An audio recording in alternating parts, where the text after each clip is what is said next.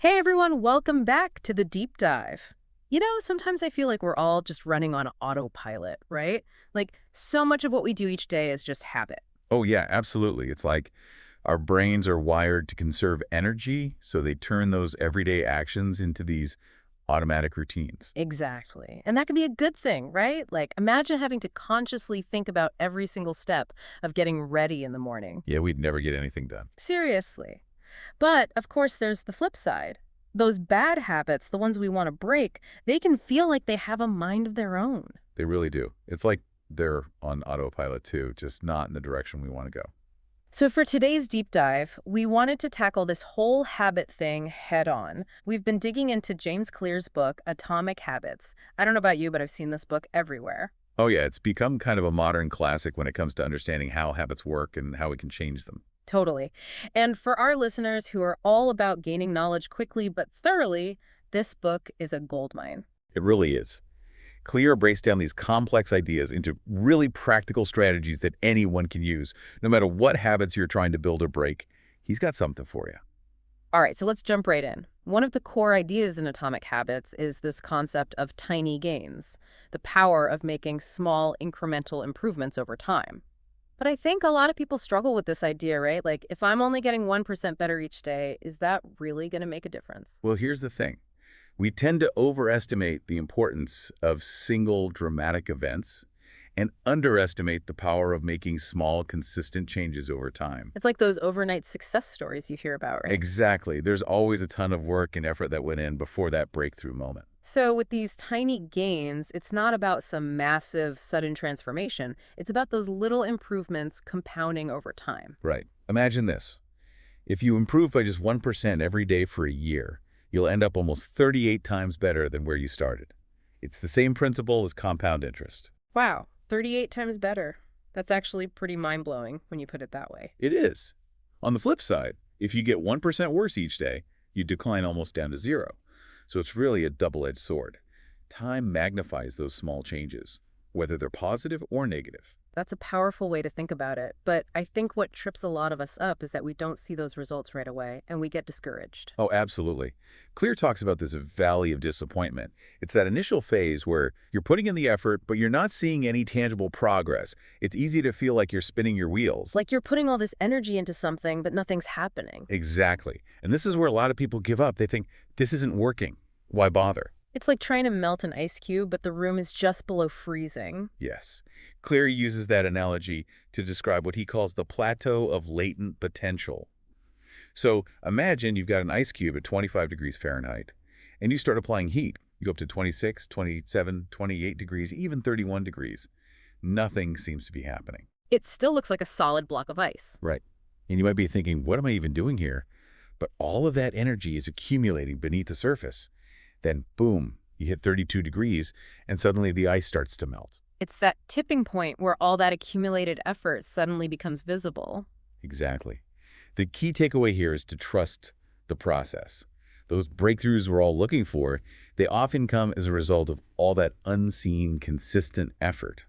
It's not about overnight success. It's about showing up every day and making those tiny improvements. All right, so we've got to play the long game with habits. Now, another big idea Claire talks about is shifting our focus from goals to systems. Can you explain why that's so important? Sure. So often we get caught in this trap of thinking, okay, once I achieve this goal, then I'll be happy. Or once I reach this milestone, then I'll be successful. It's like we're always delaying our happiness, right? Like we're constantly chasing this future version of ourselves. Right. And the problem with that is it puts happiness on hold. It creates this if-then mentality. If I achieve X, then I'll be happy.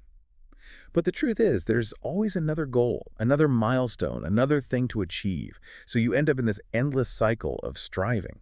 So if we're not focusing on goals, what should we be focusing on instead? Systems. It's about shifting your attention from the outcome you want to the processes and routines that will get you there. So instead of focusing on losing 10 pounds, I should focus on creating a system for eating healthy and exercising regularly. Exactly. If you have a system, the goal takes care of itself. It becomes a natural byproduct of doing the right things consistently.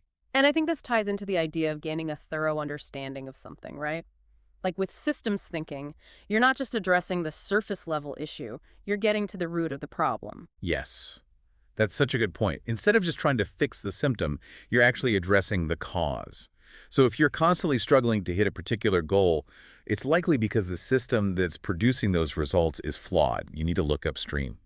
So, to use a metaphor, if your sink is constantly overflowing, you don't just keep mopping up the water, you fix the leaky pipe. Exactly. You address the root cause, and that's what systems thinking is all about. Okay, this next part I found so fascinating. It's the link between our identity and how we form habits. Like, how does who we believe we are shape what we do? Well, think about it this way. Your current behaviors are often a reflection of your current identity. The things you do on a regular basis, whether good or bad, send signals to yourself about the kind of person you are. So if I'm constantly hitting the snooze button, I'm sending myself the message that I'm not a morning person. Potentially. Or if you're always the one who volunteers to help out at work or in your community, you're reinforcing the belief that you're a helpful and supportive person. And that, in turn, makes you more likely to continue those behaviors in the future, right? Because it becomes part of your self-image. Exactly. Our brains actually crave consistency between our actions and our beliefs about ourselves. We have this deep-seated need to feel like we are who we say we are. So if there's a mismatch between our behaviors and our identity, it creates a kind of cognitive dissonance that we instinctively want to resolve. And that's where habits can either strengthen or challenge our current identity. Precisely. Clear gives this great example about voting. They found that people who identified as being a voter were significantly more likely to actually vote compared to those who simply saw voting as an action they wanted to take. So it's not just about wanting to vote, it's about seeing yourself as someone who votes. It's about embodying that identity. Right. And what's really interesting is that it works both ways. Your habits shape your identity, but your identity also shapes your habits. It's a feedback loop. So if you want to change your behavior, it's often more effective to focus on changing your beliefs about yourself. So instead of just trying to force yourself to exercise more, it's about becoming the kind of person who prioritizes their health and well-being. Exactly. The real power of habits lies in their ability to change your identity. Okay, that's huge. Now, let's get into the nuts and bolts of how to actually change our habits. Clear presents this framework called the 4 Laws of Behavior Change. Yes. Yeah. This is where things get really practical. Awesome. So the first law is make it obvious. It's all about understanding the cues that trigger our habits. What are cues and why are they so important? So a cue is basically any piece of information. It could be something in your environment, a feeling, a time of day, even a thought that triggers your brain to initiate a behavior. It's like a signal that sets the whole habit loop in motion. Exactly. And the problem is, as habits become more automatic, we often become less aware of the cues that are driving them. They kind of fade into the background. So we're on autopilot, but we don't even know what's controlling the plane. Precisely. That's why the first step in changing any habit is to become more aware of the cues that are currently triggering it. Clear talks about this habits scorecard. How does that work? It's really simple. You basically just make a list of your daily habits from the moment you wake up to the moment you go to bed. Things like get out of bed, brush teeth, make coffee, check email, all the things you do on autopilot. Just list them out one after another. Yep. And then next to each habit, you ask yourself, is this a good habit, a bad habit, or a neutral habit? This helps you start to see patterns in your behavior that you might not have been consciously aware of. And that awareness is key, right? Absolutely. He also mentions this technique called pointing and calling, which is used in some high-reliability industries. Pointing and calling. Yeah, it's where people verbally announce their actions as they're doing them. Sounds a little silly, but it forces you to bring those unconscious actions into your conscious awareness. Interesting. So once we've identified our cues, how do we use that to actually build new habits? There are a couple of really powerful techniques that Clear outlines. One is called implementation intentions. Implementation intentions. Okay, break that down for us. It's basically a way to create a very specific plan for when and where you'll perform your new habit. You use this formula. I will behavior at time and location. So instead of just saying, I'm going to start meditating, I'd say, I will meditate for 10 minutes at 7 a.m. in my living room. Exactly. By making the cue for your desired habit very specific and obvious, you're much more likely to follow through. And then there's habit stacking. Habit stacking, what's that? This is where you link your new habit to an existing habit. The formula here is, after current habit, I will new habit. So, for example, after I brush my teeth, I will floss. Yeah. Or after I finish my morning coffee, I will write for 10 minutes. You're basically using an existing habit as a cue for your new habit. It makes it much easier to stick to. That's brilliant. Okay, so we've got to identify our cues and create a plan for when and where we'll perform our new habits. Now, Clear also talks a lot about the importance of our environment. He mentions Lewin's equation, BFPE. Can you unpack that for us? Sure. So Lewin's equation basically states that behavior is a function of the person and their environment. It's this idea that our actions are not solely determined by our internal characteristics, but also by the context in which we find ourselves. So it's not just about willpower and self-discipline. It's also about shaping our environment to make good habits easier and bad habits harder. Exactly. And it's not about blaming your environment for your bad habits, but recognizing that it has a huge influence on your behavior. I like that. So what are some practical ways we can design our environment to support the habits we want to build? Well, one really powerful strategy is to make good choices more obvious and bad choices less obvious. For example, if you want to eat healthier, you could keep a bowl of fruit on your counter and put the junk food out of sight. Out of sight, out of mind, right? Yep. And if you're trying to reduce your screen time, you could put your phone in a different room when you're working or spending time with family. So it's about creating a little bit of friction for those bad habits and making the good habits as effortless as possible. Precisely.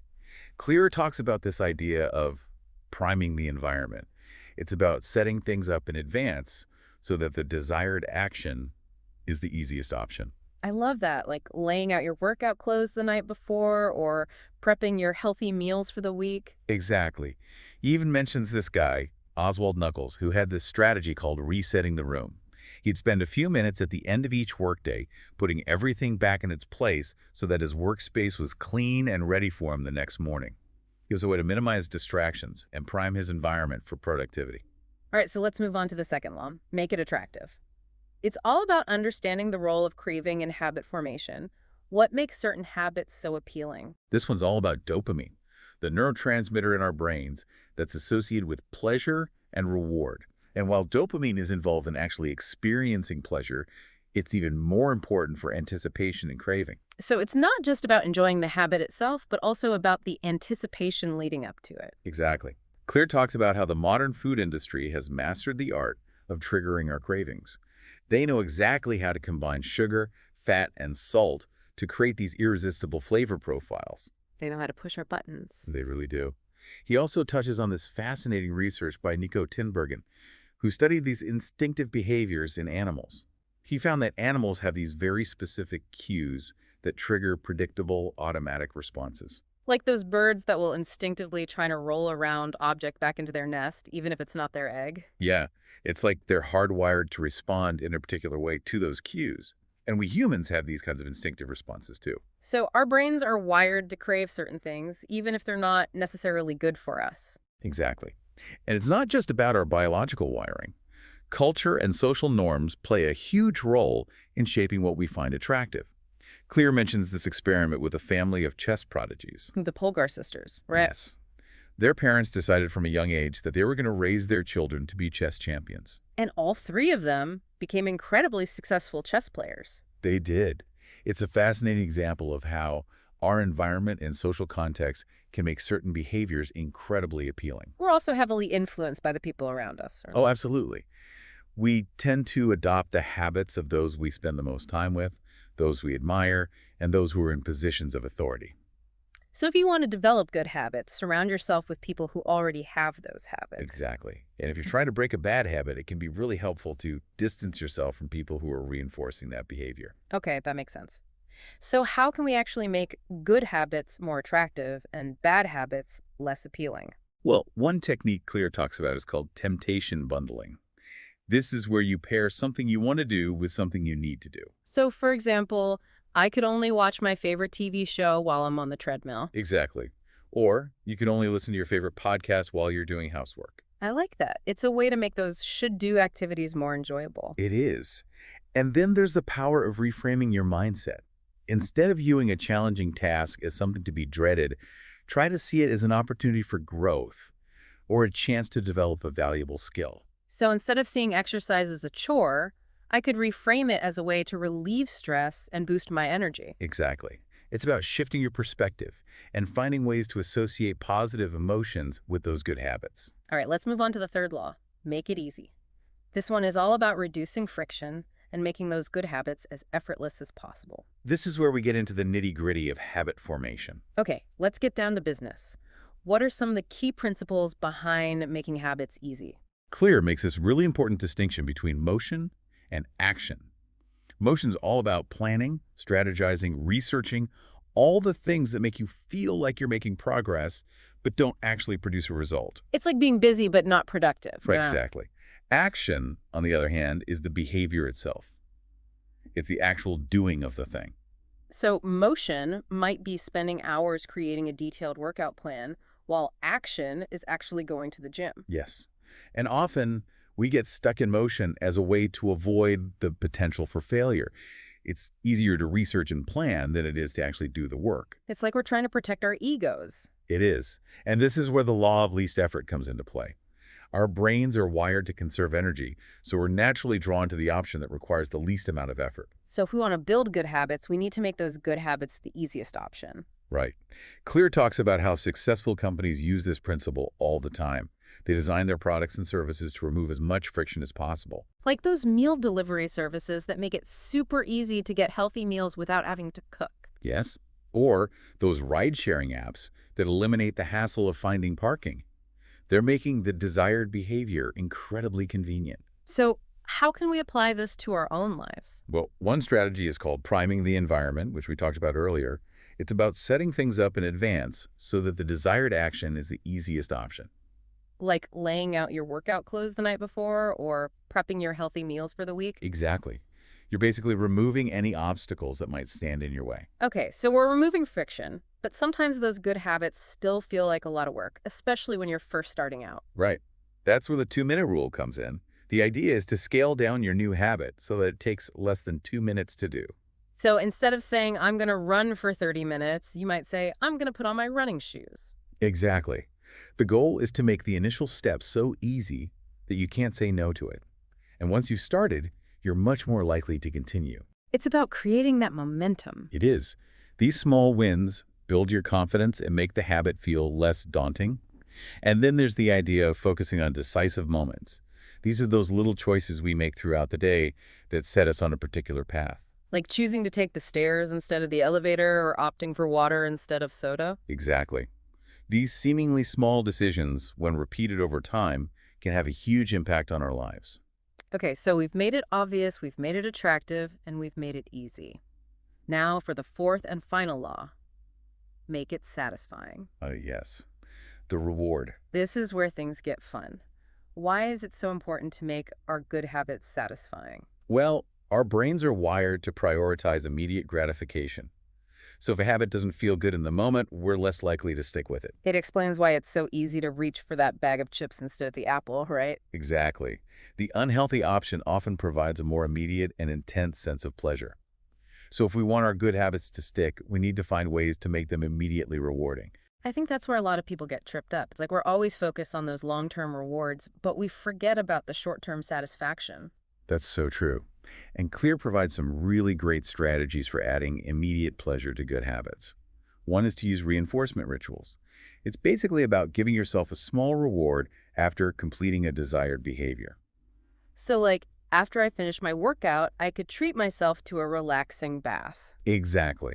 Or if you're trying to save money, you could transfer a small amount to your savings account every time you resist the urge to buy something you don't really need. I love that. It's a way to celebrate those small wins and reinforce the positive association with the habit. It is. And it doesn't have to be anything big or expensive. Even just taking a moment to acknowledge your effort and appreciate the feeling of accomplishment can be incredibly rewarding. And then on the flip side, we've got to make those bad habits less satisfying, right? Right. This is where things like habit tracking and accountability can be really helpful. When you track your progress, you make it more visible, and that can provide a sense of satisfaction in itself. And when you're accountable to someone else, the social pressure can help you stay on track. Like having a workout buddy or joining a support group. Exactly. It's about creating a system of rewards and consequences that supports the habits you want to build and discourages the ones you want to break. Okay, so we've covered the 4 laws. Now, for our listeners who are ready to take things to the next level, Clear also shares some more advanced tactics in the book. What are some of the key insights? One of the things he talks about is the importance of playing to your strengths. We all have different talents and abilities, so it makes sense to focus on building habits in areas where you naturally excel. So it's not about trying to force yourself to be someone you're not, but about leveraging your unique gifts and talents. Right. He also introduces the Goldilocks rule, which suggests that we're most motivated when we're working on tasks that are just the right level of difficulty. Not too easy, not too hard, No. just right. Exactly. He suggests aiming for tasks that are about 4% beyond your current abilities. This is where we experience what's known as flow, that state of deep focus and enjoyment. So it's about finding that sweet spot where you're challenged but not overwhelmed. Precisely. And finally, he talks about the importance of falling in love with boredom. Falling in love with boredom. I've got to hear more about this. Well, the reality is most worthwhile pursuits require a certain amount of repetition and routine. Yeah. If you want to master a skill, you're going to have to put in the hours. There's no way around it. Nope. And that can get boring at times. But Clear argues that the key to long-term success is to find a way to appreciate the process, even when it's not glamorous or exciting. So it's about finding joy in the journey, not just the destination. Yes. It's about cultivating a sense of appreciation for the small, everyday moments that make up our lives. I think that's a great note to end on. It is. So for our listeners who are looking to make some positive changes in their lives, I encourage you to pick up a copy of Atomic Habits. It's full of incredibly insightful and practical advice. And for a quick recap, remember the 4 laws. Make it obvious, make it attractive, make it easy, and make it satisfying. And remember to be patient with yourself. Change takes time and effort, but the rewards are worth it. And just think about this. What's one tiny habit you can start working on today? Even a small change, when repeated consistently, can have a ripple effect throughout your life. Thanks for diving deep with us today, and we'll see you next time.